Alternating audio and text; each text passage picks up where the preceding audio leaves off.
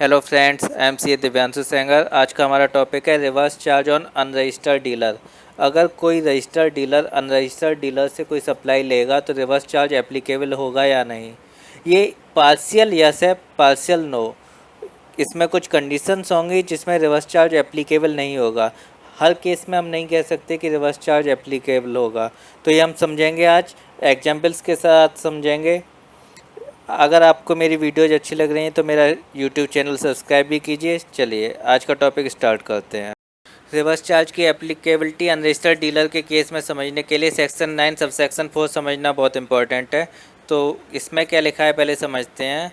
The central tax in respect of the supply of taxable goods और services और both by a supplier who is not registered, मतलब unregistered supplier, to a registered person shall be paid by such person on reverse charge basis, as the recipient and all the provisions of this act shall apply to such recipient as if he is the person liable for paying the tax in relation to the supply of such goods or services or both। क्या लिखा है समझते हैं कि central tax किस case में, supply अगर taxable goods या सर्विसेज कर रहा हो अनरजिस्टर्ड सप्लायर किसे, टू ए रजिस्टर्ड पर्सन, तो कौन टैक्स पे करेगा, रजिस्टर्ड पर्सन टैक्स पे करेगा रिवर्स चार्ज के केस में, जो रेसिपेंट फी है। और उस पर सारे प्रोविजंस एप्लीकेबल होंगे जैसे नॉर्मल कोर्स में सर्विस प्रोवाइडर पर एप्लीकेबल होते हैं। इसमें कुछ पॉइंट्स इंपॉर्टेंट हैं। क्या क्या पॉइंट्स इंपॉर्टेंट हैं? पहली चीज़ सप्लाई होनी चाहिए। सप्लाई किस चीज़ की होनी चाहिए? सेकंड पॉइंट, टैक्सेबल गुड्स और सर्विसेज की सप्लाई होनी चाहिए या फिर दोनों की सप्लाई होनी चाहिए। सप्लाई कौन कर रहा हो? सप्लायर जो रजिस्टर्ड नहीं हो, मतलब unregistered supplier. And fourth point, registered person shall be paid, तो रजिस्टर्ड पर्सन को सप्लाई होनी चाहिए। तो ये चारों कंडीशन सेटिस्फाइड होंगी तब अनरजिस्टर्ड सप्लायर के केस में रिवर्स चार्ज एप्लीकेबल होगा। चारों कंडीशंस फिर से मेंशन करते हैं। पहली कंडीशन सप्लाई होनी चाहिए। सप्लाई के बाद सेकंड कंडीशन क्या होनी चाहिए? टैक्सेबल गुड्स और सर्विसेज की सप्लाई होनी चाहिए। थर्ड पॉइंट क्या है? सप्लायर अनरजिस्टर्ड पर्सन होना चाहिए। एंड फोर्थ पॉइंट, रेसिपिएंट जो है वो रजिस्टर्ड पर्सन होना चाहिए। ये चारों कंडीशंस जब एप्लीकेबल होंगी तभी रिवर्स चार्ज एप्लीकेबल होगा अनरजिस्टर्ड डीलर वाले केस में। इसमें एक और चेंजेज आया है, एक और कंडीशन ऐड हुई है। अगर 5000 से कम परचेज या सप्लाई होती है अनरजिस्टर्ड डीलर्स के थ्रू, या कोई एक अनरजिस्टर्ड डीलर के थ्रू या कई अनरजिस्टर्ड डीलर के थ्रू विद इन 1 डे, तो रिवर्स चार्ज एप्लीकेबल नहीं होगा। अगर ये लिमिट क्रॉस होती है 5000 से ऊपर तो रिवर्स चार्ज एप्लीकेबल होगा। जो 4 पॉइंट्स हमने पढ़े थे उसमें से मोस्ट इम्पॉर्टेंट पॉइंट है सप्लाई का। इससे आपकी पूरी डेफिनेशन ही चेंज हो जाएगी। सप्लाई की कंडीशन समझने के लिए समझते हैं सेक्शन 7 में क्या लिखा है। इसमें से एक पोर्शन लिया है मैंने। To constitute supply of goods और services it must be by a person in the course of furtherance of his business. क्या लिखा है कि सप्लाई तब मानी जाएगी गुड्स और सर्विसेज की जब जो पर्सन है वो सप्लाई करे, उससे बिजनेस में कुछ प्रोग्रेस हो या बिजनेस के लिए करे। पर्सनल यूज के लिए होगा तो एप्लीकेबल नहीं होगा। इसका मतलब क्या हुआ? दो और कंडीशन सेटिस्फाई होनी चाहिए। एक तो supplier should be engaged in business, लिखा है ना कि फॉर हिज बिजनेस।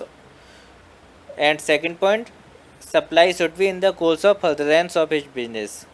मतलब दो कंडीशंस और एक्स्ट्रा हो गई। सप्लाई के केस में सप्लाई तब एप्लीकेबल होगी जब सप्लायर बिजनेस में इंगेज्ड हो। एंड सेकंड पॉइंट, उसके फर्दरेंस के लिए कोई प्रोडक्ट या सप्लाई दे रहा हो। अब एग्जाम्पल समझते हैं और क्लियरिटी आएगी। मान लीजिए एक स्टूडेंट है, स्टूडेंट के पास कुछ ओल्ड ड्राइंग बुक्स हैं। ओल्ड ड्राइंग बुक्स अभी हमने 18 मई को जो रेट आई थी उसमें 5% पर टैक्सेबल है। उसने वो बुक्स, ओल्ड बुक्स किसी रजिस्टर्ड बुक स्टोर को सेल कर दी। रजिस्टर्ड बुक स्टोर को सेल की तो रजिस्टर्ड बुक स्टोर को क्या उन बुक्स पर रिवर्स चार्ज पे करना पड़ेगा? कंडीशन 1 क्या कहती है? Supplier should be engaged in business. Student business में तो इंगेज्ड है नहीं, उसका बिजनेस नहीं है ना ओल्ड बुक सप्लाई करना। तो कंडीशन 1 सेटिस्फाई नहीं हो रही तो रिवर्स चार्ज एप्लीकेबिलिटी नहीं आएगी। चलिए कुछ और एग्जाम्पल समझते हैं। मानिए एक एडवोकेट है जो अनरजिस्टर्ड है। उसके पास एक पर्सनल कार है, वो कार को सेल करने जाता है ओल्ड कार रजिस्टर्ड डीलर के पास। तो कार को सेल कर रहा है रजिस्टर्ड डीलर को, और एडवोकेट क्या है, अनरजिस्टर्ड। अब एडवोकेट है मतलब बिजनेस तो कर रहा है।